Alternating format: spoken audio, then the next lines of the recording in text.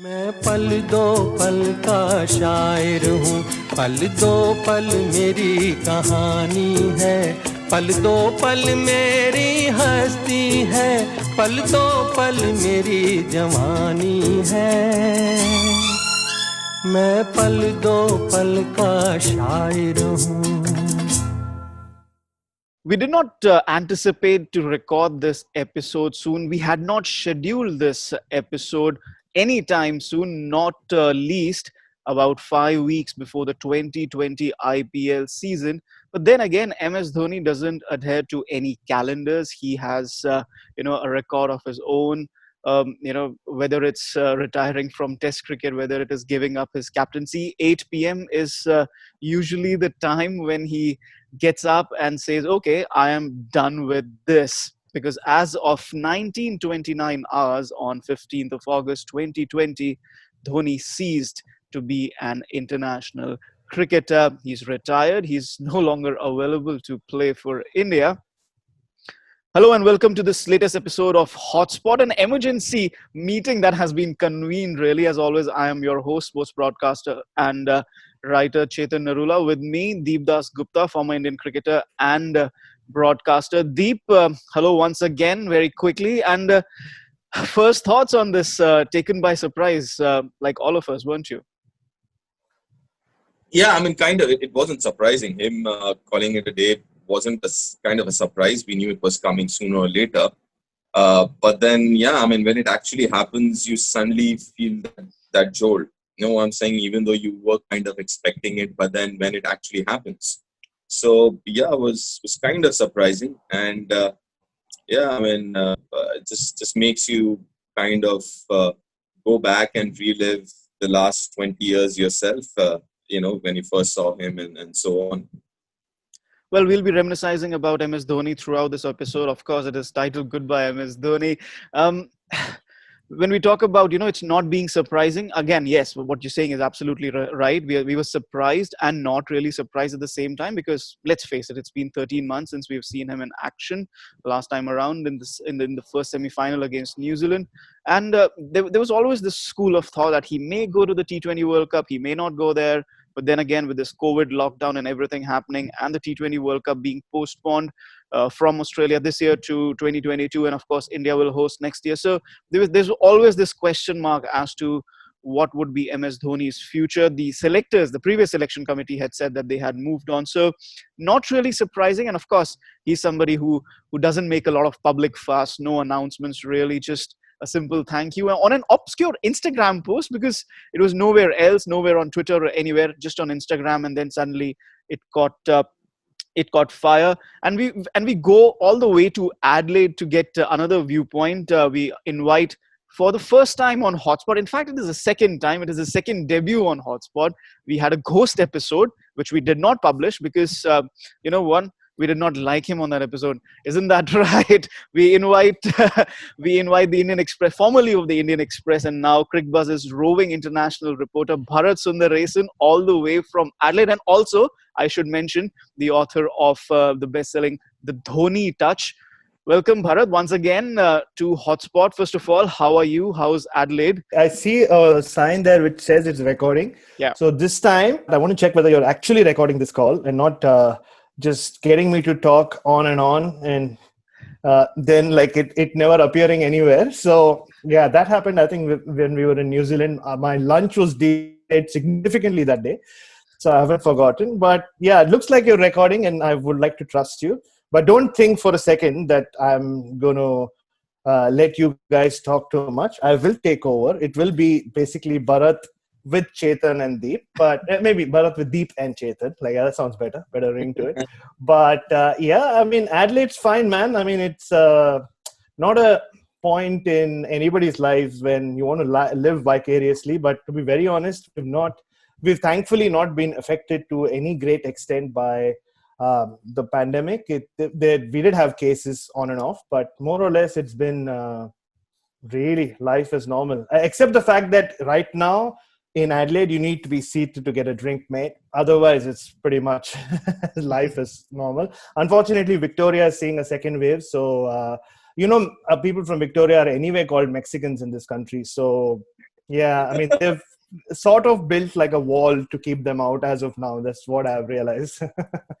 Well, he missed the point about MS Dhoni. All you want to talk about MS Dhoni also, because this episode is not just about Yeah, that. yeah. I mean, when you speak of building, no, when you speak of building a wall and all, that's what MS Dhoni did to us for throughout his career, right? Us being the journalists, like he built a wall, and that wall kept like growing higher and higher and higher to the extent we had no idea what was happening in his head. You and I were both there in Melbourne back in December 2014 when he randomly ruined our New Year's night, and that evening for sure, I had serious marital problems because of that retirement.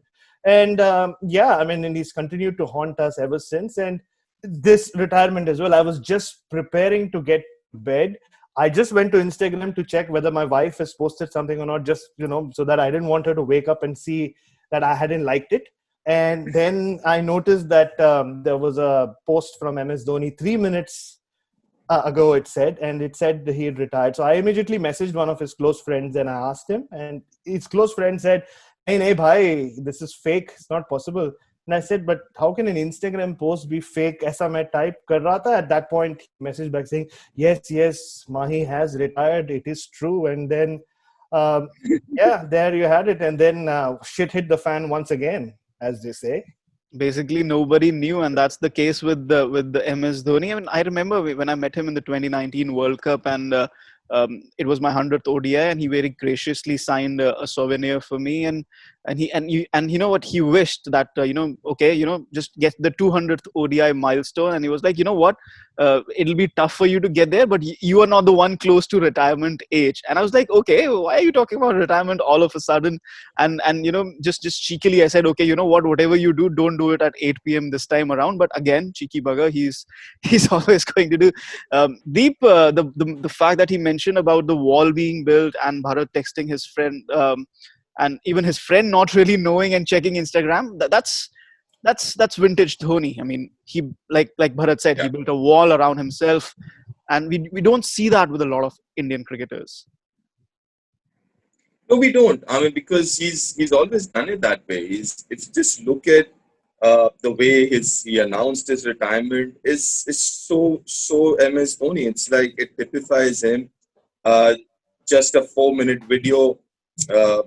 And that's that. He does it his way. I mean, you like it or you don't. He's not bothered. He's going to do what he wants to do. I mean, somebody who quite literally controls his destiny. You know what I'm saying? We say a lot of things when we talk about cricket and about, we have all these cliches and phrases like control the controllables and staying in the present and all that jazz. But he actually does that. And so that's the reason he's so different from at least anyone that I know. Like Bharat mentioned, Bharat and I have covered him mostly from 2010, 2009 onwards. Deep obviously has seen him from his earlier playing days, has seen him as both as a cricketer and as a broadcaster. So, gentlemen, let's dive straight into it. Initially, you look at his long-haired pictures.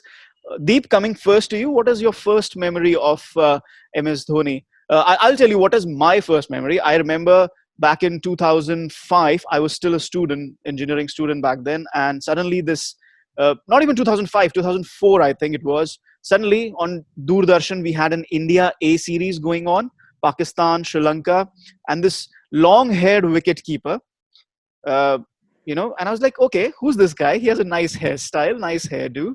And that day, not only he impressed, I watched the game, not only he impressed with his keeping skills, but also his big hitting, got a half century that day, India A. And a year later, he was in the India senior side or the international side and putting Pakistan and Sri Lankan attacks to storm. What is your first memory of MS Dhoni? Well, listen, my first memory was when we played against each other. I mean, that point in time was Bihar playing Ranji Trophy and not Jharkhand. So he turned up for Bihar, and obviously it was a Bihar-Bengal game. And he got 100. I think that was his first-class 100 he got.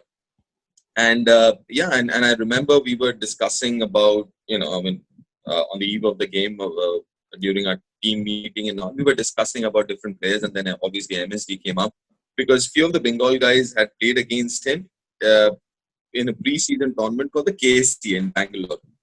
and he had turned up for Indian Airlines, and all these guys were talking about this. This guy, you got to be careful, and he's a big hitter, and blah blah blah. And he actually did that. Some amazing shots, and he got that 100. So that's my first memory of him. Like, you could see that he's got something special in him, something you can't point a finger to, but he had that X factor back then as well. I'm not about the 2002-2003 season. Bharat, do you want to pitch in your first memory, like the both of us? Is it something that you interacted with him, or you saw him playing, or you even covered his game? No. I mean, like you, I saw him for the first time in that India A series. And my first reaction was I hated it. And I'll tell you why I hated him. Because I started growing my hair in 2001, a very significant moment in my life. As you see, once you start talking about hair, I get very into it. So when I started growing, the way it grows is you get the middle partition and it grows till there. And everywhere I went, and I was never a film buff, everywhere I went, people would sing songs from Tere Naam because they thought I was just Salman Khan. I was trying to ape him. And I really was not really appreciative of that. And then it became some sort of a mullet. And then people started calling me Sanjay Dutt. And then finally it reached a decent enough length where people stopped calling that. And I grew up in a very Gujju dominated area of Bombay. So everywhere I went, I was called a rock star. Right.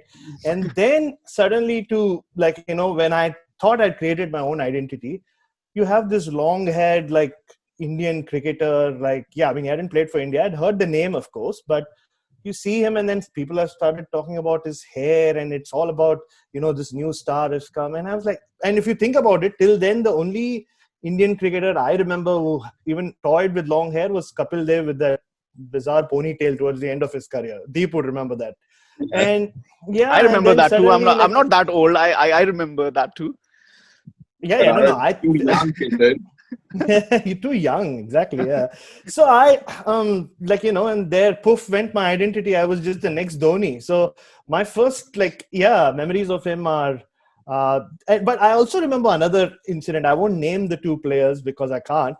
But Deep would know both of them really well. I remember there was this Challenger Trophy in early 2005 in Bombay. So I had gone to the team hotel to meet someone, and I was in the lobby, and these two young Indian cricketers of the same Dhoni vintage were there speaking to the senior cricketer who had gone to meet. And at the other end of the Taj President lobby, I'm sure both of you guys have been in that in Bombay. It's a long lobby. I saw there were all of these journalists standing there waiting for someone. And I just knew them as journalists. I wasn't a journalist at that point. And then this Dhoni walked out and all the journalists went after him. He just snubbed them. I did not know then that I would become one of those journalists there. So he snubbed them and walked away. And then these two young cricketers were telling the senior cricketer, Dekho, bhaiya, MS Dhoni, कुछ इसमें cricket wicket में ज्यादा interest नहीं है, bike चलाना है, लंबा बाल, देखो क्रिकेटर जैसा लगता भी नहीं है, he's not going to last too long.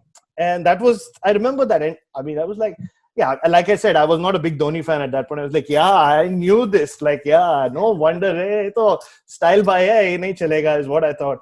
And funnily enough, I was speaking to a Pakistani cricketer yesterday who played in that 2004 India A series. And he was telling me the story that the first time they saw Dhoni was when India A was supposed to play Kenya. And the morning of the match, the Pakistan A team reached there for practice. So they were apparently walking in. Aqib Javed was the coach of the Pakistan A team. And he apparently saw Dhoni practicing his keeping. And he's like, ये कवाल कहाँ से आ गया यार, ये ढोलकी बजाने आया है या ये keeping करने आया है? So everybody was just amazed by the look of the man. He just was so unconventional. And yeah, that's literally my first memories and first impressions of MS Dhoni. And yeah, I did grow to admire him and like him and all that. I'm a big MS Dhoni fan now, not as the cricketer, the person as well. It's been great knowing him and interacting with him. But yeah, but I just want to say one more thing. I will come to you, Chetan. You will get your chance. Don't worry.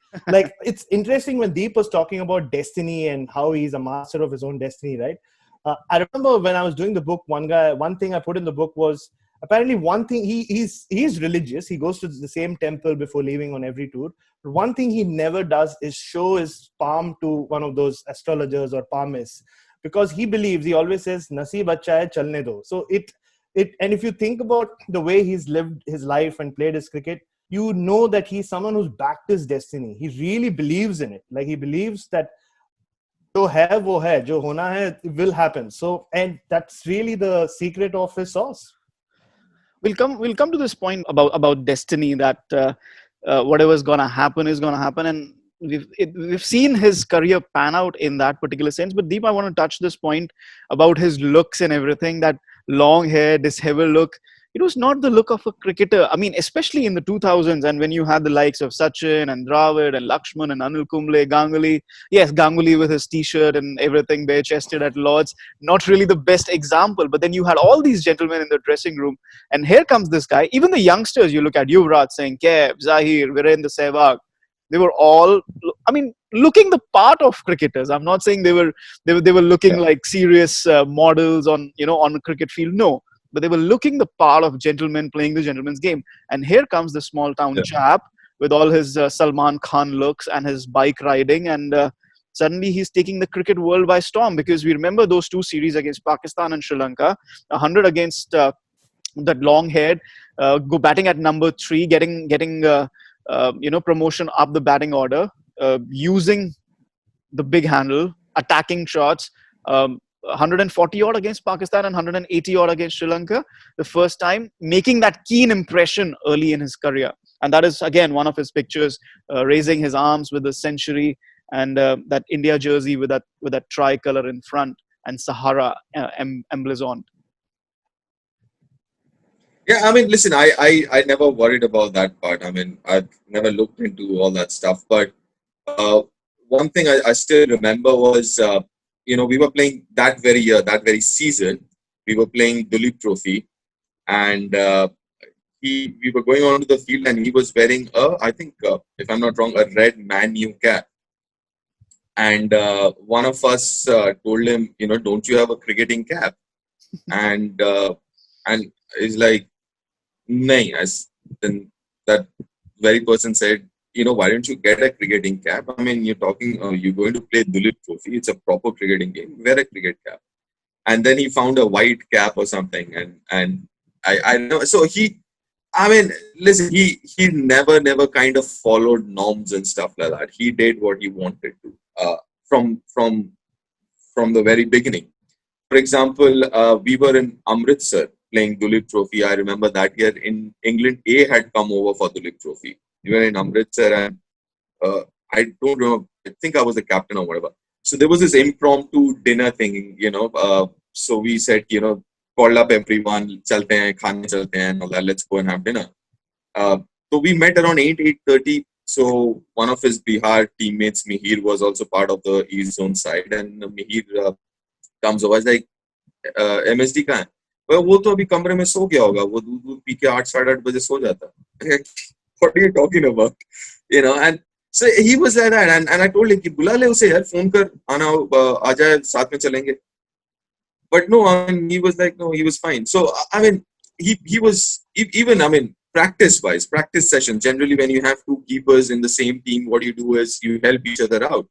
So I did my drills, he helped me do my drills, and then I said कि अच्छा चल, अब बता क्या करना है, what are your drills, how do you want to, during a practice session.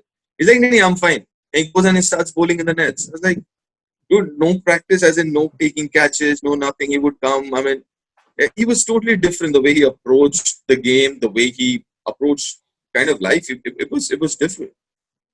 Very interesting point there from Deep, and I think this is something that I really need to talk to Bharat about, because yes, Bharat's been covering the game a few years earlier than I, and he entered into journalism before me. But Bharat, in all these years covering MS Dhoni, I have never seen him do wicket-keeping drills pre-match. When I've seen Wriddhiman Saha, I've seen Rishabh Pant do it, but never MS Dhoni. Have you ever witnessed him, taking catches, doing those keeping drills? Because the only time I remember him doing anything was doing a few squats in Adelaide in 14-15, and that too, he was not part of the match, first test. He was not going to play because Virat Kohli was going to lead in his place. I think the most of what MS Dhoni does, even with his practice, or it's all based on common sense. Like, it's very practical, like what he does. Like Deep was speaking about his sleeping patterns, and in the IPL, as you know, he makes sure he sleeps only at 6 or 7 in the morning. So his whole logic is he wants to wake up just before the match, like literally, like before he has to like have something to eat and head to the ground, so that he doesn't have to think too much about the match. Like, because it's T20 cricket, he doesn't have to practice. And similarly with his wicket keeping, I think the only time he would have even like spent time on working on his skills was when he struggled with the moving ball in England. Like, how it moves, as Deep knows, when it moves after it passes the batsman. I think Kiran More was in England at that point during the 2011 tour or 14 tour, and they spent some time working on that. But that's literally the only time. I remember speaking to R. Sridhar when he was fielding coach before he came back in 2017, and he said in a 2-year period he'd seen him practice his keeping 3 times. Like, when he was still playing Test cricket and he was playing all formats. But I think that's also the kind of confidence he has. And I'm Deep as the expert here. Maybe it's also his technique. Maybe it's a technique where he does use a lot of hard hands. Maybe it's something that he does to preserve his hands. Maybe that he trusts his technique, because it's not the classical soft hand technique, right? So maybe that's, and like I've learned that for example, he plays badminton a lot. And one of the main reasons he plays badminton is for his eyes, for his reflexes, which again helps him with his keeping. So I think he does work on his keeping, but he doesn't do it the conventional way. Like Deep said, nothing he does is conventional. So I'm sure he has other drills which a normal wicketkeeper wouldn't even think of, because I think he keeps wickets differently to other people. Yeah. Deep, just interjecting here, talking about the hard hands, soft hands. I have a theory about MS Dhoni that because he doesn't have that approach of taking the soft hand, collecting with soft hands and taking the arch back and collecting the ball, he collects it with hard hands. And because his hands are very close to the stumps, the time that he takes in stumping batsmen gets reduced. And maybe this is a natural flaw in his keeping, which is, I'm not saying that, it's a flaw thing. It's a flaw because he doesn't collect it the conventional way and keeps it in front. Is that something that has naturally helped him in stumping batsmen, having that extra fraction second? I tell you what. Yeah, both Bharat and Chetan. You know what? Keeping is one of those aspects of the game which hasn't been really spoken about that much, or really haven't kind of evolved with time, like batting and bowling hands. So growing up, all I heard was get up with the ball, give. I mean, the technical word for what you said was give, soft hands. But nobody actually told you what does that mean. They'll say, oh, you fumble, they say, oh, you've got hard hands. But that could be n number of reasons why you could fumble. Not necessarily soft hands, but that's what we've been hearing about. Oh, he's got hard hands. But that's not the case. So I think one of the biggest contribution of MS Dhoni, especially in keeping, is he's forced everyone to rethink, the techniques that we've been talking about for maybe hundreds of years now, right? So you've got to rethink the whole thing, and he's made keeping look very, very simple. For example, football, reflexes. There is nothing. I mean, you don't need superhuman reflexes if you're a keeper. I mean, a batsman would need the same amount of reflexes, and a bowler would. So that way he's kind of redefined everything else. And his style that you mentioned, the first time I actually saw somebody do that was Sadanand Vishwanath. I don't know whether you guys remember 85 or not. I mean, he did that too as well. See, the biggest advantage doing that, as you mentioned, is obviously you're saving time, right? You're saving 2 frames when it comes to stumping or runouts or whatever. At least a frame, if not more. So obviously that helps. But a lot of kids, now that I kind of coach at times kids as well, a lot of kids want to emulate him and do the same thing. But that's not easy. Because one, he's got naturally soft hands. I'm sure both of you have shook his hands a fair number of times. Yeah. He's got soft and very cushioned hands, meaty hands. So naturally they're soft, they're big, and that helps.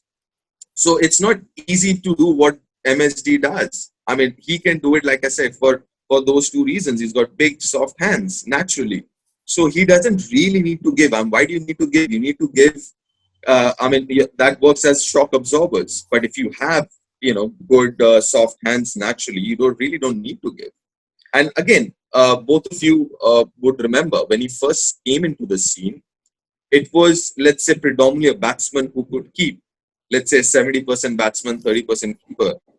And with time, he kind of evolved as a better keeper. Last year or so, you'd say you rather have him in the team as a keeper and a mentor more than a batsman. It kind of, the whole scale had turned the other way around. It would be like 50-50 or 60-40 for that matter. Right? So that's something, again, credit to him. And that's something that I've learned watching him grow as a player is obviously he's different, but it works. Then you start thinking, why is it working? So that's the reason I'm saying that he's kind of redefined the whole keeping, the aspect of wicket keeping. So Deep, talking about soft hands there, shaking hands with MS Dhoni. I remember 2011 World Cup, the first time I personally met MS Dhoni. It was my first tournament covering international cricket. And I met him and I wanted to shake his hand. And he was like, okay, listen, this is the first time you're shaking hand with me.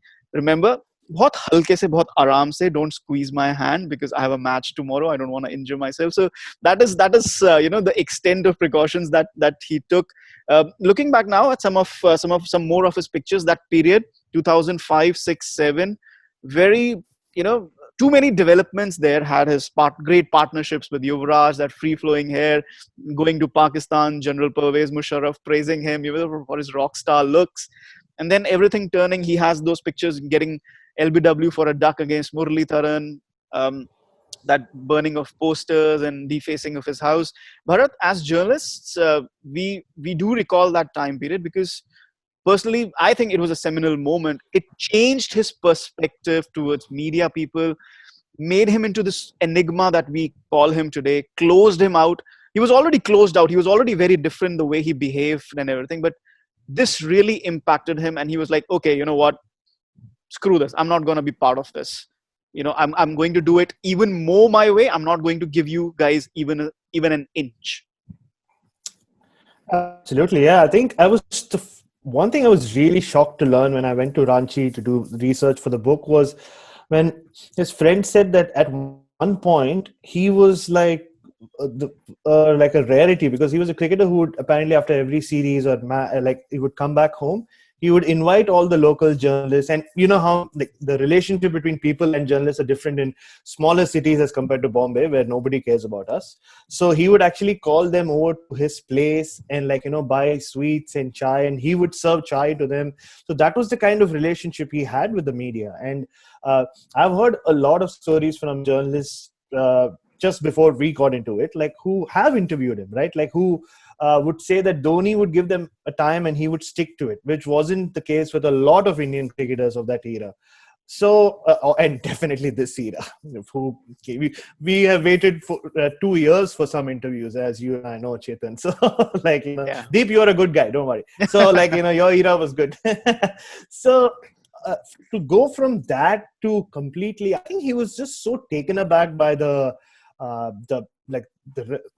aftermath of the 2007 World Cup exit that he in fact just locked himself up in his friend's house, would park his car outside and ask his friend to just latch the door from outside so that people did not know where he was. He was that shaken by all of it.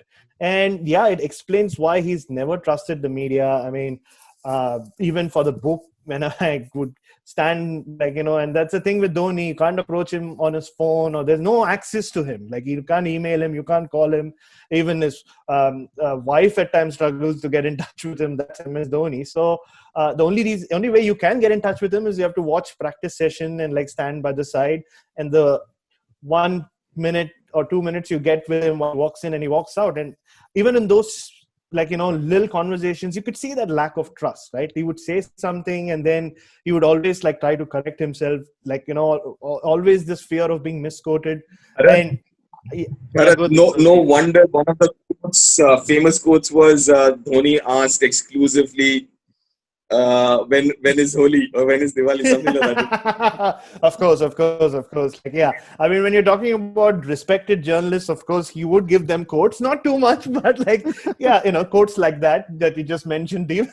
So, and speaking of Sai Saab, like I don't know whether he would say it out of respect or what. He would, whenever I asked him for anything, he would say, "Arey, tujhe dega to Sahi Saab ko bhi dena padega." So, and I have actually been in a press conference in Nagpur in 2009 when India had won a match against Sri Lanka, and it was late at night, and Dhoni came for a press conference. People are really desperate for the press conference to finish and file their copies. And I remember Sahi Saab walking up to the podium, showing Dhoni his phone and saying, "I wished you on your birthday, you have not replied. You tell me why you have not replied." And people are just sitting there waiting for the press conference to start and finish. So they did have a very unique relationship. But with most other journalists, I think he was cordial.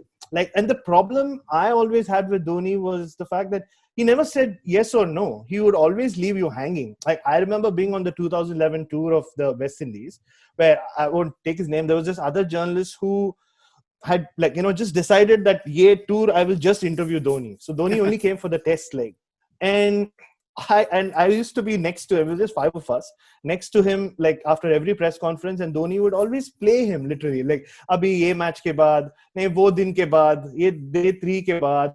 And we went from Jamaica to Barbados to Dominica. And I remember finally, after the test match was drawn, Dhoni telling him, "Actually, rehne de yaar, ab baad mein kabhi dekh lenge." And the journalist was shattered because, and that was the most annoying part of wanting to get an interview from Dhoni, was the fact that he never dismissed you, which was good in a way. You don't want people to be rude to you, like some cricketers can be. But he just left you hanging. So... Yeah, I don't know. It's been an interesting relationship, but I think he's changed the way Indian journalists function. If you look at captains before Dhoni, they always had some links to the media. There were always some journalists close to them. There were always information coming out of the Indian dressing room in some form or the other. When Dhoni became captain, he shut it out. You literally had to develop contacts or sources elsewhere. And I think that it in a way, Deep speaks about how he redefined keeping and how wicket keepers look at the art of keeping. I think he changed how Indian journalists go about their work, especially with regards to news coming out of the dressing room. Because he was one thing with Dhoni was he did not like anything leaking out. I remember being on a tour of Bangladesh in 2010 when there were suspicions that a Indian cricketer in that team had leaked something out, and go check the stats. You'll know who I'm talking about. And he didn't play for India for a while after that, so that was something he was very, very particular about. It was almost like some Omerta code, with the Dhoni dressing room, that information shouldn't flow out, which meant we had to work harder. Yes, and he didn't make us work harder because, it's something like you mentioned, it has just percolated down from MS Dhoni to Virat Kohli, and this detachment of Indian cricketers from the Indian media, and of course the subsequent hunt for TRPs, that has really disbalanced this equation. I've always felt that, it's always a give and take relationship between cricketers and journalists, especially people who are traveling to cover them hundreds of miles away. But again, the way the Indian cricketing fraternity or the Indian team, especially when they're traveling overseas, they shut themselves. The word bubble has, or biosecure bubble, the secure bubble has not come in COVID times. It was already there, always present. It was the Indian team, whether they were playing the World Cup in Australia, whether they were traveling in England, whether it's press conferences, whether it's media days, open media days. I mean, Bharat and I, we have been on so many tours. How many media interactions that we have which are not pre-match interactions or, run-of-the-mill press conferences? None. I mean, in the last 10 years, those exclusive quotes from the dressing room and everything, they have just died down, because when we were growing up, we saw all of that in newspapers and channels. That has just simply dried off. And again, apart from the runs, apart from the keeping, apart from the World Cups, apart from everything that MS Dhoni has done for Indian cricket, the way the relationship of the media and the cricketers today is also, you can say, a legacy of Dhoni himself. Deep, coming to you on the second part of those pictures, a very turbulent time in 2007, that World Cup, its aftermath. But then again, a series win in England, a test series win in England under Rahul Dravid. But then came the big epochal moment, that T20 World Cup win, established himself as the superstar, the leader of the future. Yeah, I mean, I think that's, I mean, winning the 2007 T20 World Cup was a game changer in so many ways. I'm not too sure whether T20 would have picked up as it did post that 2007 if India hadn't won that World Cup. So yeah, I mean, obviously, I mean, T20 would have picked up eventually, and so would IPL. But I don't know whether it would have got into that, you know, overdrive mode. So that was essential in certain ways. Obviously, it gave you a few big names as well from that. One of them was MSD as a leader, and I think the way he led.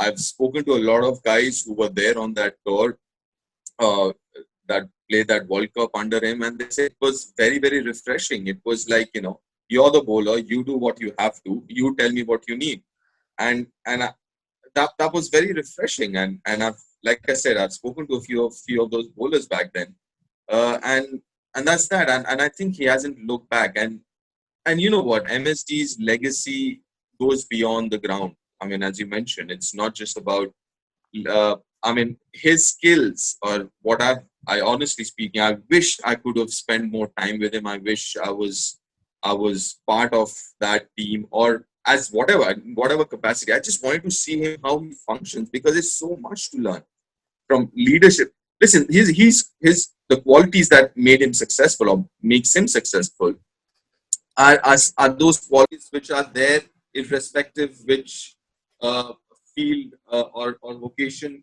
you are in.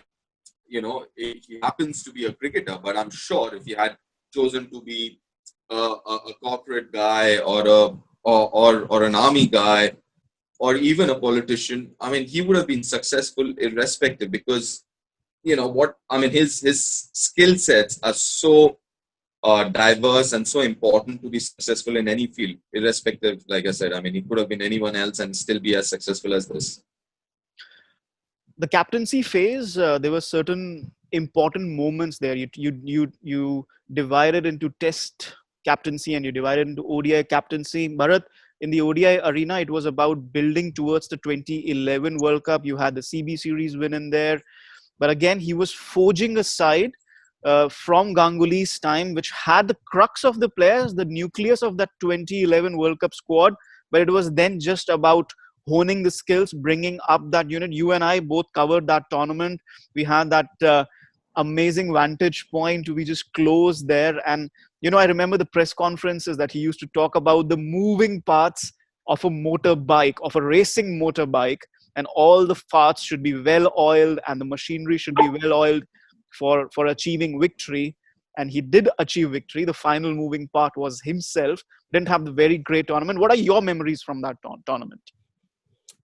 Well, honestly speaking, I did not cover any India matches during the tournament. I was packed off to Sri Lanka and I had a great time in Sri Lanka. Like, you know, because half the time my paper forgot that I was in Sri Lanka because there was so much hype about what India was doing in that World Cup. I would often call from Sri Lanka and my boss would be like, just write whatever. Like, you know, so I had a great time. I remember vacationing in Gaul while you guys were like, you know, breaking your head over some India-Australia quarterfinal or something. But no, I think like before that, you spoke about his building up to that World Cup. I think that a lot of things also have, like, you know, we speak of destiny, right?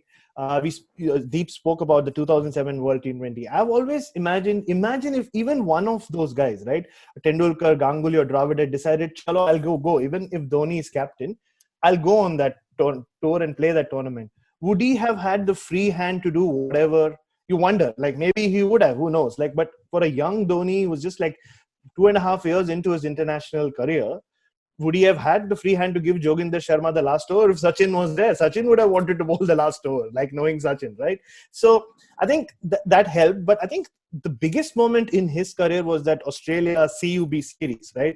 It's right after Monkey Gate. Like, you know, Dhoni goes there as his young captain, and Australia is not a place you want to tour when, like, you like, you know, piss them off. Like, the crowds were going after you. And this was the Australian team, if you remember, who were like, who had just won 3 World Cups, like, back to back.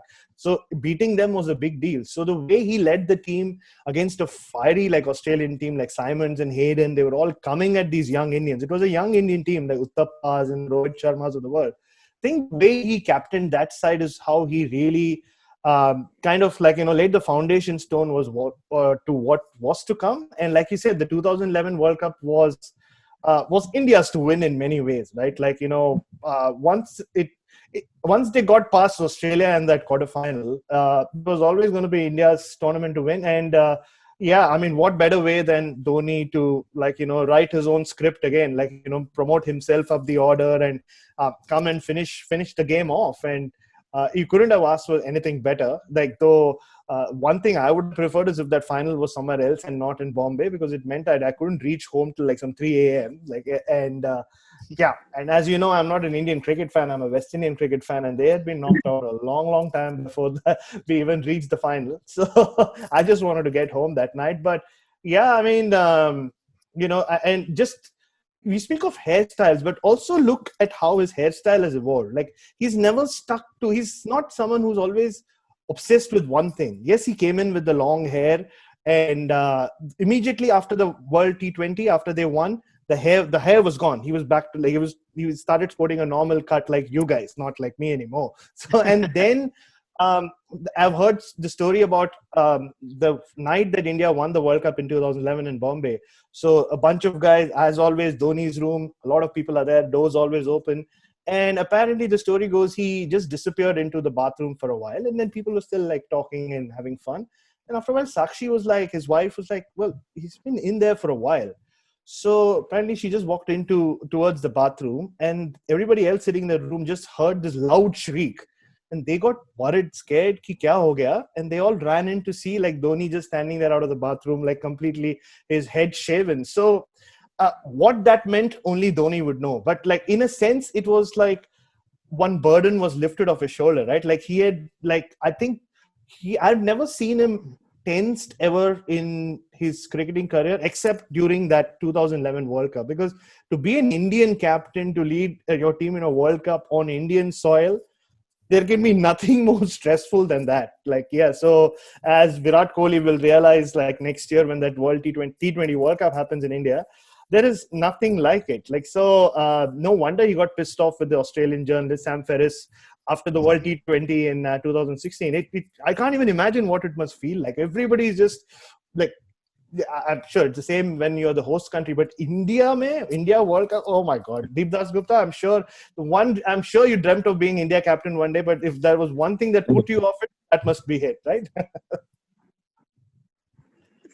I mean, listen, what you're saying is so true here. And if you look at MSD and that period of time, he became a lot more calmer. I think that 2007-8 incident, and then also look at it from the Indian team perspective. It was in a turmoil, right? With all Greg Chappell's, all that was happening. And I think that kind of calmed him down as well. He was always calm, but not as calm as he was post 2008-9. He was a lot calmer, a lot more collected in his thoughts. What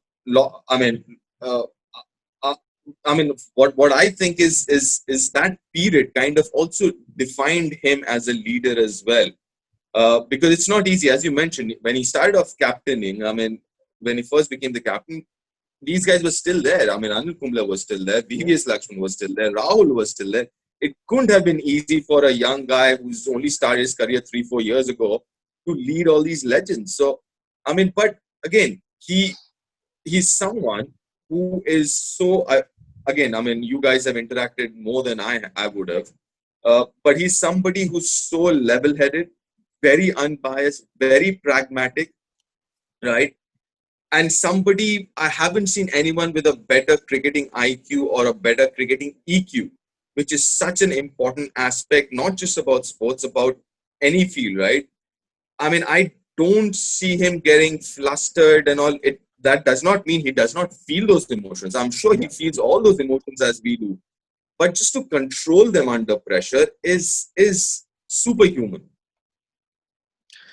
couple of points there, taking from both of you. First of all, that 2011 World Cup, I want to revisit it. You mentioned Bharat. Yes, India getting past Australia in that quarterfinal. That was immense.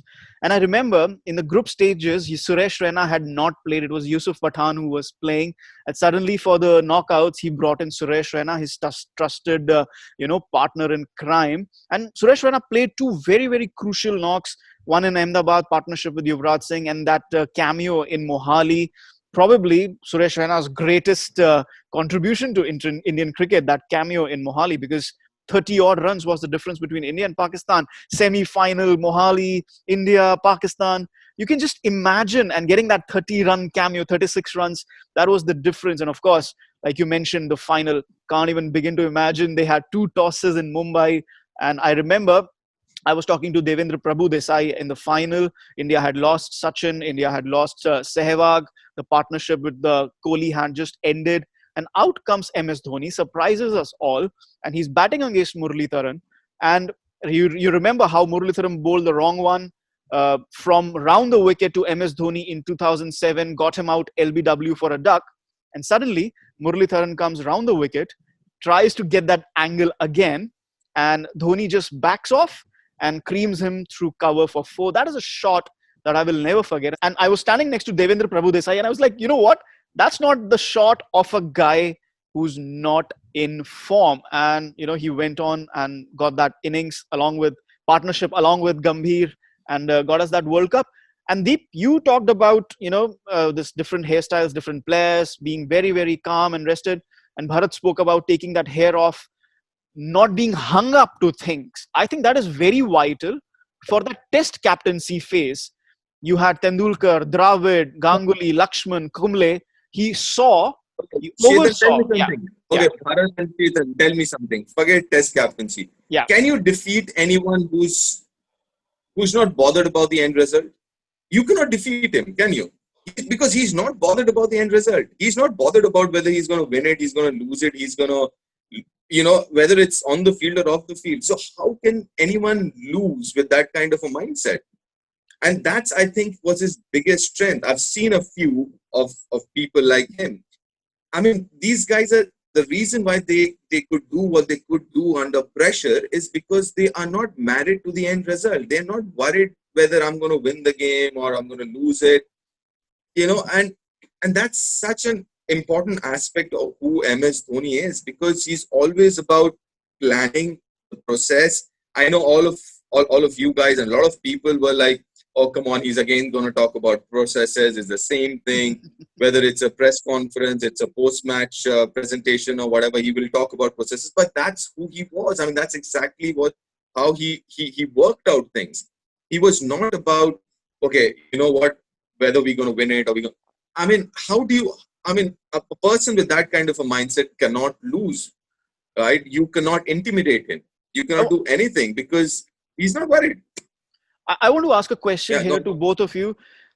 We talk about that phase where Ganguly retired, where Dravid retired, Lakshman retired, Sachin retired, and slowly after the 11 World Cup, you had Gambhir, Sehwag, Yuvraj, Harbhajan, Ashish Nehra, the crux or the nucleus of the side that he had played with, and he had, won so many things with the ICC Test Mace, 2007 World T20, 2011 World Cup. One by one, he oversaw all of them leaving the stage. It was a massive, massive transition.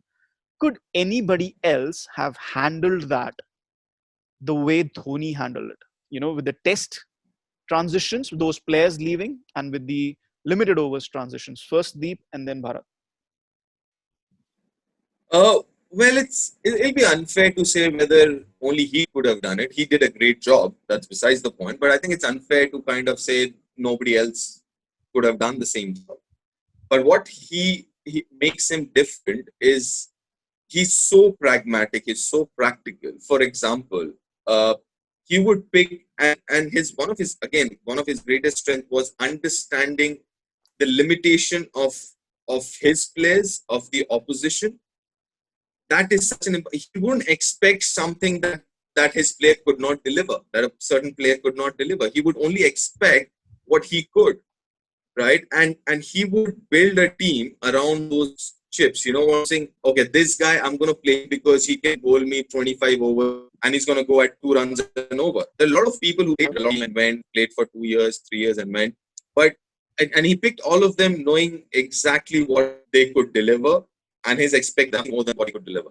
And that's the reason, even that period of time during the transition, it wasn't that bad.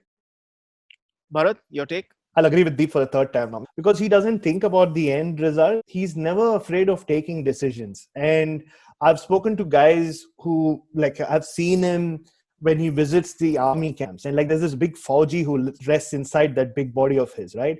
And one thing about it is he always prefers to meet the Jawans, the soldiers, because he believes that and as a result, if he's visiting an army camp, he will make sure that they are informed only at the last minute, so that they can't like organize this big banquet for him where all the officers and the pretty wives are there and he has to mingle with them, because he's not comfortable doing that. So his job is generally to go meet the Jawans, talk to them, because he can relate to them. They're small town boys who have fields and farms, and he would talk to them about decision making. And he would be like, never ever compare an India-Pakistan match to a war, because there are no lives involved there. Like, don't undermine yourself by doing that. And B, the only way you will get good at what you do is by taking decisions. You will fail more often than not, but the more decisions you take, the more often you're giving yourself a chance to be successful. And that's really sums up the way he captained the team and the whole transition. He is also someone who's always had roles, even in his life, away from cricket. Everybody has a role in their life. His wife is a wife. I mean, she plays a role.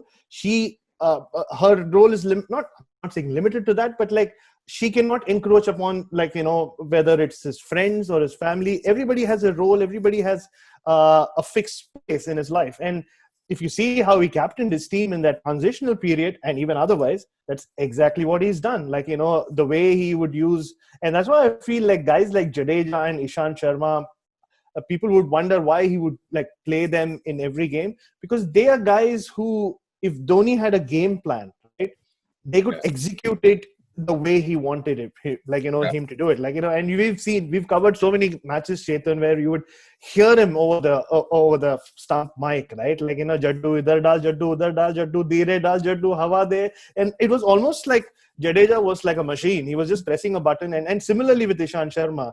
Ishant, tujhe ye fielder udhar nahi chahiye, to main udhar hata dunga. I remember in Brisbane, poor Rohit Sharma on a hot, steamy day. One over, he would be at short cover. The other over, he would be at final leg. And he was going, "Arey, kya ho raha hai?" And he was getting really pissed off, I remember. Poor Rohit. But that is Dhoni's captaincy, right? Like, and that's how he's lived his life. And he is a general in many ways, like an army general. I think that's what he would have wanted to be in life. Unfortunately, cricket happened and the army didn't happen. And he played cricket and he's lived cricket in a very similar fashion. Though he says it's not war, he's treated it like a war. And I was talking to Yuzvendra Chahal once, and he was telling me about that dismissal against Glenn Maxwell when Australia were touring here last time around. And he says, you know what, Glenn Maxwell was just punishing me through mid-wicket. And suddenly Mahi Bhai says, okay, you know what? Ball outside the off stump, make it go away from him and just slow it down a little. And that's what I did. And the next ball, Maxwell tries to hit me again and he is caught. So Chetan, go on, Deep. Yeah. Sorry, Chetan. Listen, if somebody is slogging and he does not have the brain to bowl slowly outside off stump, there is a problem, boss. No, but I know that's a problem there. But what I'm saying is, you talk about an inexperienced Chahal. You talk about somebody who's not, you're talking about Glenn Maxwell, who's, when he's on song, when he's hitting you out of the park, you don't know what to do. What I'm only trying to say, Chetan, here is there are certain things we you cannot teach. Yeah. I mean, that everyone does. What my basic point is that it's not just about Ravindra Jadeja or an Ishant Sharma. It was not a one-off. That is what I'm trying to get at. It has been not just with Chahal. It has not been with Manish Pandey at the non-strikers end.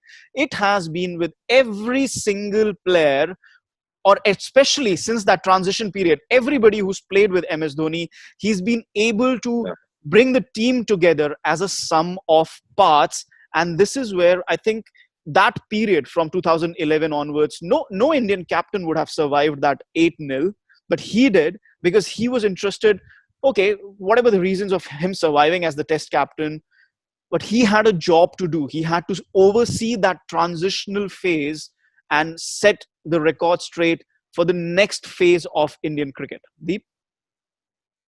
I don't know about that, because at that point in time, who would you appoint as the captain? I mean, Virat was still new. He was still learning the ropes. So I don't know, but I completely agree. And when I think about it, I mean, he was a general on the field. He marshaled his troops like a general. And he liked that kind of players who would, who wouldn't ask, when you ask those players to jump, they won't ask why, they will ask how high. That kind of players, he actually enjoyed those kind of players.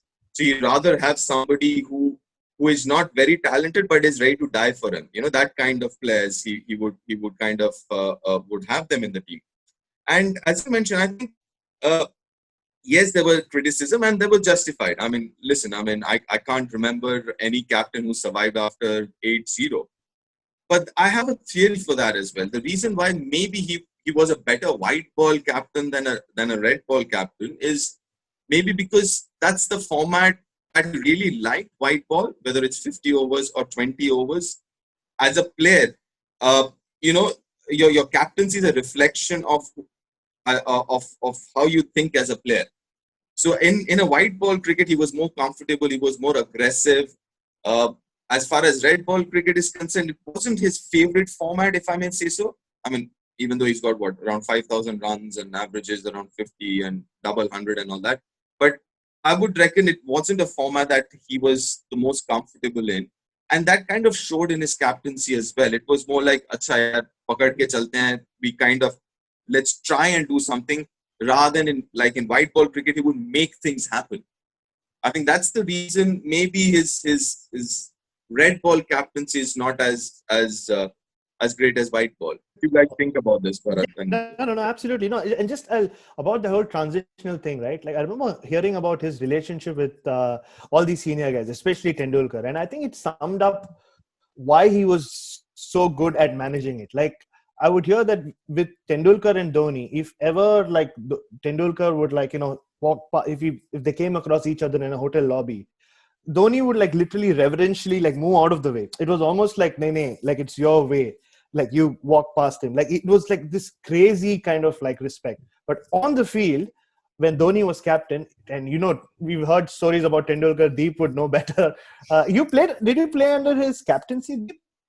No, in fact, I don't know. First year we played Dilip together. I think I was the captain, but anyway, that's besides. Oh, right, yeah. So, and Tendulkar would be in his ear, isko bowling de, usko ye de. On the field, he was the captain. You were not Tendulkar, the man I respect more than anyone else. And I think that is what helped him overcome that whole awe of these guys, right? On the field. And he established it very early on. And it helped him, I think, with the whole transition. And as far as red ball cricket goes, I always thought he was almost like a drummer. He understood the pulse and the beat of white ball cricket much better than the long drawn out, red ball format. As a captain, I mean, you could always, in matches that we've covered, Chetan, and you've watched Deep and commentated on, he would let things drift a lot more in test cricket than he would in one-day cricket, where it was more decision-making. And I think that came more naturally to him than to play the long game as captain, right? Think about day 3 when it's still lunch on day 1. I think that maybe he struggled with. And of course, you also have to look at the bowling attack he had. Never really did have the bowling attack that Kohli has at his disposal. You wonder how Dhoni would have done with this bowling attack. But I think, it summed up that third test in Dominica in 2011. I remember India were 1-0 up and they needed to go chase a very small total, bat at go at 4 and over for 15 overs and win the match. And you still had Dravid batting, Lakshman, Dhoni, everyone in the dressing room, and they just shut shop. They just 15 overs to go, mandatory overs, shook hands and walked away. And then I remember he didn't even come for the press conference. Duncan Fletcher was sent for the press conference, and the reason was, no, we were afraid of losing our 1-0 lead. There was no way India would have lost 6 or 7 wickets in those 15 overs on a dead pitch. But it told you a lot about his approach to test cricket. It was always draw first, especially away from home, And then Yeah. if we're in a position for a win, then we'll think about it. And I'm sure, Chetan, you remember our first two together in Durban. You remember he didn't take the new ball for some 180 overs, and that ball looked like something that a cow had chewed. And then, it was like he just wanted to delay the game. And I think India, in a way, suffered in some test matches, like the Johannesburg test, like preceding that one. India looked in a very strong position, but for some reason, he never went for the jugular as often as he did in white ball cricket. Taking points from both of you, I sort of agree with the both of you in what Deep said, that he loved, or he was taking more to white ball formats than red ball cricket. I always felt that he was a limited cricketer in the longer format, and also it had an impact on his captaincy, because if you're a limited cricketer in a particular format, the captaincy will be effective in that particular sense. What I'm trying to say here is that a limited time frame of an ODI or a T20, there's always going to be a finish line. You have to cross the finish line. In a test match arena, there are 5 days. The game sometimes drifts away from you. So in a limited capacity, in a limited thinking capacity, I thought MS Dhoni was a limited test captain, and it was an extension of the limited test cricketer he was. But personally, when Bharat says, that in a particular scenario, he was considered to be a bit negative or did not have that killer instinct of going for victory. You recounted that third test in the West Indies or Durban, where the ball was old. They did not want to give away free runs to Jacques Kallis, who was batting like a charm in his last test match there. So all in all, sometimes I thought, Bharat, that it was a bit unfair to say that Dhoni was a negative captain. I remember this press conference in Delhi when Australia had been, blanked 4-0, and the fourth test match after that, he said, what, if MS Dhoni puts a third man after the first hour's play, he's termed as negative. But agar Australian captain dalega third man, to wo negative nahi hoga, Dhoni negative ho jayega. That's the exact statement he used, and sent everybody in raptures. So very well, Bharat, how he used to speak. So you can really literally copy him. So can we have a pearl from you?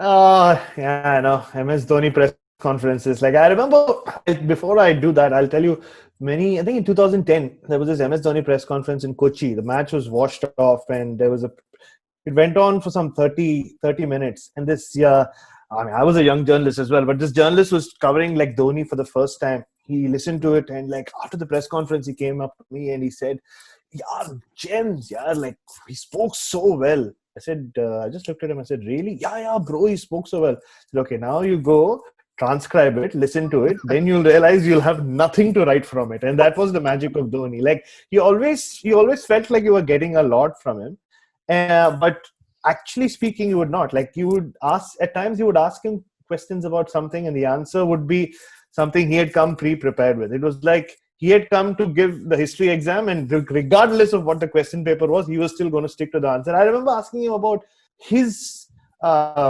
something about his batting, and then in Hyderabad once after an ODI, and then he went on this whole rant about Yuvraj Singh at number 5 and how difficult it is to bat at number 5. And I just kept looking at him and thinking, what the hell is he talking about? Like, yeah. And he also put me on the spot once in 2010 in Bangladesh. So you remember Sehwag captained the first test and said Bangladesh is an ordinary team, and in Chittagong, tiny press box back then, I told all the fellow Indian journalists, "Aaj khana mat khana yahan pe, I think it's poisoned. Like, our food is not going to be." And then when he came back as captain for the second test, he did his press conference, and as he was walking, you have to talk in MS Dhoni's voice.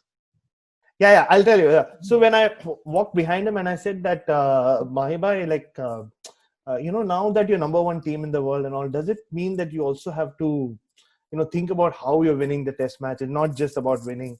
And then he just looked at me and he said that we have to win, but you have to win in action, not with words. And then I did not understand what he was talking about. And then I just like turned around and there were these other Indian journalists. They were like, "Tu likhne wala hai kya story?" I said, "Story kya hai? Arey Sehwag ke bare mein wo bol ke ja raha hai aur tu samajh bhi nahi raha hai." And then he put me on a real spot. But of course, I mean, if I have to imitate Dhoni, it has to be about the hair, because there was a point you would remember, Chetan, when he had just lost it for 2 years. Wherever he saw me, he would just shout from far, like, "Bal kat le yaar, bal kat le." And then it reached another level in 2017 when I went to the West Indies, where he said that to me. And his wife was not too far. She's like, हाँ एकदम बराबर बोल रहे माही, आप क्या कर, आप कल ना रूम में आ जाओ, हम दोनों बैठ के आपका बाल काटेंगे. Like आपकी फैमिली में प्रॉब्लम क्या है यार? Like मेरे बाल के पीछे क्यों पड़े हो यार? Jealous. And then I remember Everybody's jealous of your hair. Unfortunately, even the wife. But but Dhoni actually explained to me once. Okay, so at one point I remember we were somewhere. I said, यार एक second, आपको क्या क्यों आप बोलते रहते हो? Practical solution दे रहा हूँ. मैं नहीं बोल रहा हूँ लेंथ कम कर, थोड़ा इधर तक काट ले, सेम लेंथ, लेस वॉल्यूम, वही बोल रहा हूँ. I said, अच्छा, so there's like a practical solution to the yeah. So of course you wanted me to do a press conference thing. Well, we'll have to talk about the individuals and all that if you want to get into that. But I remember he used the word process a lot. I remember this press conference at the MCG 2016 tour when they were blanking Australia 3-0 in the T20 series. Process. I think he used the word process in a 4-minute answer, the word process around 15 times, and transcribed the whole thing. And they were like, literally there were 3 lines that you could use out of it. He never really gave too much away. Had that smoke screen, never really. It was a facade, really. Yeah, but Chetan, it was I always believe, the test retirement we spoke about in 2014, but we know the real reason why he retired, right? It was Lele's question. Like, you remember about Hanuman ka pooch, India ka pooch, Doberman ki tarah aur Hanuman ki tarah. Yeah. आजकल तो, and he was like, आजकल तो पीटा वाले भी बोलते हैं, Doberman का पूछ नहीं काटना है, and I was like, what just happened here? What just and on the same tour, and that was the last question. And on the same tour, I also remember an Australian journalist asked him about DRS, and he just sat there, and his reply was, well, you have the right to ask me question. I have the right not to answer. And Dr. Baba was the media manager, and he was like, yeah, he's right, of course. And we were like, what the hell just happened? The Australian journalists were flabbergasted. It was not the first time he had flabbergasted an Australian journalist. Having said that, though, when he really wanted to say something, he would say something. I remember, if you remember the quote he gave after the 2014 World T20 after India lost, and that really summed up the Dhoni career. He had said that nothing good or bad happens in Indian cricket without MS Dhoni's name attached to it. And I think that really was the story of Indian cricket while he was at the helm, throughout that period. Absolutely. From 2007 to 2017. So, sorry, I cut you off there. No. And in fact, what you just said, just lays into the final segment of this episode. It's been a long one, because now that crown, if I may say so, is firmly rested on the head of Virat Kohli. It's been an if I can borrow from Game of Thrones, I borrowed it for one of my articles also. It's a song of fire and ice. You have MS Dhoni, who's the icy bit, and you have Virat Kohli, who's the fiery part of it. It's a song of ice and fire, their relationship, mutual respect. Virat, in every time he's spoken about MS, he's called him his captain. Obviously, gave him his debut. Was there their camaraderie? Just the friendship between them, just the respect between them. It is something that you can see, whether it's on screen, whether it's on a picture, whether it's when they're having a partnership in the middle deep. It was a unique relationship between Dhoni and Virat Kohli, and probably still is. I'm sure it would be, because the other important thing, listen, he's a very lovable character, even though you might not get through to him half the time, like, both you and Bharat have mentioned. I mean, he does not carry his own phone and all that, but when he's there with you, he's there with you. You know what I'm saying? He's there all years and is focused. So he's an extremely lovable guy, and there is no reason why he won't have.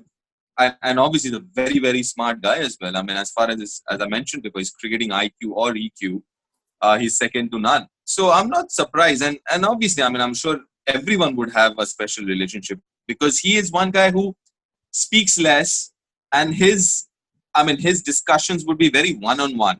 You know what I'm saying? He's not one of those guys who's going to stand there in front of, his team and would give a speech. He's not that kind of a person. So every individual would have a one-on-one story about him, you know. So he would have that special relationship with almost everyone, because that's the kind of guy I think he is. And I'm not surprised the relationship that you mentioned, because listen, like I said, I mean, I would do anything to spend, you know, I would work free for CSK if that's the case, if I can just kind of, you know, just see how he works, his mind works, because he is one guy who's not going to talk a lot.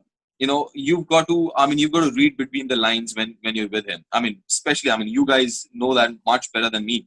Uh, but but the idea is, it's not what he says, it's not what he does not say. That's important. So if you are around him, you understand that process, how he works, what is he thinking, and that's just amazing. And like I said, I mean, I've learned so much just following his career from the outside. Last 17, 18 years, I've spent some time, which again, it's been a pleasure. Uh, but that's the kind of guy he is. And like I said, I mean, even this year, if CSK gives me a call and says, "Can you just come and we can't pay you?" I'd be like, "Yeah, I'd just be there for 2 months, just watch him." And I think every Indian would be there. Every Indian cricket fan would be there. We all want to be part of CSK. And I also tweeted, you know, CSK's TRPs for this season, they've just shot through the roof already without, you know, the season having started yet. Bharat, I remember that partnership in Mohali between Virat and Dhoni, perhaps their best on-field partnership. It was against Australia in the T20 World Cup, a format both of them have aced. But what really freaked me out that day, you know, they were just pushing the ball towards mid-on, mid-wicket, mid-off. The Australian fielders were pushed back and they were running twos. That partnership, after Yuvraj Singh got out, they ran and they ran and they ran. Virat Kohli was exhausted. He was on his knees. He was just, you know, praising MS Dhoni like this. That was a partnership for the ages. And for me, you know, for these two guys, their respect, their relationship, that partnership was just a representation of what the Dhoni Virat relationship is all about. Yeah, I mean, definitely. Dhoni couldn't have asked for. I think with Dhoni, Suresh Raina and Virat Kohli, two guys I think he loved batting with, purely because they could just run the opposition ragged, like you correctly said. Extremely fit guys. I mean, Dhoni might not be gym fit, as Deep would tell you, but he's just naturally just very fit and strong, powerful guy. He's the Pahadi guy who's got that natural energy. So, their relationship has been, especially, I remember 2000, there was a short tri-series in that West Indies in 2013 when must have been the first time that Virat Kohli captained India. I think Dhoni got injured after the first game or so. He captained a couple of games and there weren't too many journalists there. I remember the final was India-Sri Lanka. And you guys would remember Dhoni finished it off in Dhoni style. Poor Shaminda Iranga never played one-day cricket again. India were chasing a decent target, and then it literally Dhoni and Ishant Sharma at the end. So India won with 1 wicket, I think. And like he just smashed him for a couple of sixes in the last over. And so this was at the Queen's Park Oval in Port of Spain, where both of you have been. And then after the game finished, the Indian team was just walking out for the presentation. And I was just standing near the dressing room, like, you know, waiting to watch the presentation, waiting to go to the press conference. And like when Kohli was captain, like I said, there weren't too many journalists. Like we just like kind of like, you know, formed a connect, Kohli and I, like, you know, we would talk to each other, just smile at each other. So there was this conversation Kohli and I had without words, right? So I was just standing there and like the Indian team was slowly coming out, and then Kohli walked out and Dhoni was like, you know, just speaking to Ian Bishop or whoever was doing the presentation. So we just happened to look at each other, and I just looked at Virat and said, like, you know, I was amazed with what he'd done. And then I will never forget the look in Virat Kohli's face. He just looked at me and he just went like he almost went like he was awe in his face, right? That like, you know, what his captain had done. And I mean, Virat wasn't the Virat that he is now, but in 2013 he was still Virat Kohli. But you could just see, and even now you get to see that awe, like, you know, when by now I mean like when Dhoni last played, that awe that the captain has for him. And I think that'll never go away. You've seen his posts on Instagram and everywhere. It's genuine. Like, it's not, I mean, when someone retires or when someone dies, everybody wants to say good things about them, right? Even their enemy wants to come and say, I worshipped you, I respected you. But when Virat is doing it, you can you can see it's genuine. It's coming from within. Like it's not like he's not for Instagram. So like, yeah, and like before you guys get carried away with this CSK business, don't forget you have to learn Tamil and know how to like visit please. Yeah. So And you yeah, already you have to do the Rajasthan thing as well. Yeah. you're already qualified for joining that's CSK. compulsory. No, I don't think they will rate my Tamil at all. So I have no chance. You guys have better chance. You talked about this memory with Virat and everything, Virat and Dhoni. I have this memory of that Mohali T20 game. I was there at that game. I think it's time to bring an end to this episode with memories. We have to talk about memories. Deep, let's go one by one. Deep, first an on-field, off-field memory for you. Then Bharat, and then on-field, off-field. Let's talk about two memories that stand out for MS Dhoni. Obviously, the first time I saw him, we were playing against each other. The first time I ever saw him on a cricket field. But you know what will stay with me? Obviously, I think the way he retired, his retirement announcement itself, that 4+ minute video on Instagram. I mean, it's just him. You know what I'm saying? I mean, that's something. I mean, it's like he picked up that song, an iconic song, and made it memorable. And that's what he's done. He's picked up something good and made things better. You know, Indian cricket was always good, but he made things better, you know, and passed it on. Just like the song, I mean, it's just everything. I mean, if you hear the lyrics of the song, it's just him. You know what I'm saying? So I think that's him. That's so him. Everything, starting from the lyrics to to the way he announced it, when he announced it, the timing of it. Just everything. I think it's just so MS Dhoni, his retirement announcement. Bharat? Yeah, and it's interesting. Deep brings up like the Instagram post, right? Since he's done it, people have like gone berserk over why did he do it at 1929. Some people have said he used 16 words just because he played 16 years for India, and that's the magic. My theory is, I have not confirmed this with anyone. My theory is he just went back to his room after practice, and you know when right next to the hotel phone there is always a clock, right? I think he picked up the phone to order room service. He saw 1929 and it just stayed with him. I will not be, because it'll end up being something so simple and random that. But even the wording, man, 1920, that's so army-ish, isn't it? Yeah. Absolutely. 1929 hours. So he's not even using 7:29 p.m. or anything. It is absolutely Dhoni-esque. We will never understand why he did, and he'll never even answer, or that's something for him to know. But what is your one on-field memory of Dhoni, Deep and Bharat? Bharat, you go ahead. Okay, see, off-field, I'll tell you, because he'd always been this enigma, and we never understood what was going on in his head and all that. I got to see his human side once. I remember it was in 2016 on the Zimbabwe tour, where again, he was a captain of a young ragtag Indian team. Now a lot of them have become stars like Bumrah and KL Rahul and all that, but they were all debuting in that series. And this is around the time, if you remember, he had started losing his cool in press conferences. We spoke about him calling Sam Ferris, and he lost his cool after the Bangladesh T20 as well, or league game as well in the World T20. So I remember just pulling him aside one day during that Zimbabwe series, and I said, yeah, what has happened to you, man? You were captain cool and you never lost your cool, and what's happening? What happened to the old Dhoni? Why are you losing your cool so often? And he just stopped. He just thought for a second, and he said, I explain it to you in this way. He said, if there is a wound on your body somewhere and someone keeps hitting you on the same spot over and over again, are you saying that I should stop being a human being as well just because India doesn't want me to be?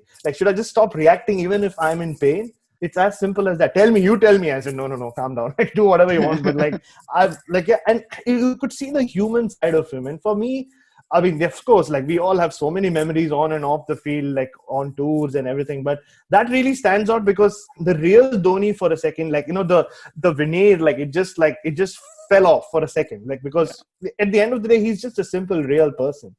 And in terms of on-field memories, for me, it's not really the six hitting or any of just the way he marshaled the field, right? Just the way he took care of the field really stood out. But for me, I'll tell you, my on-field memory is the World T20 in 2007.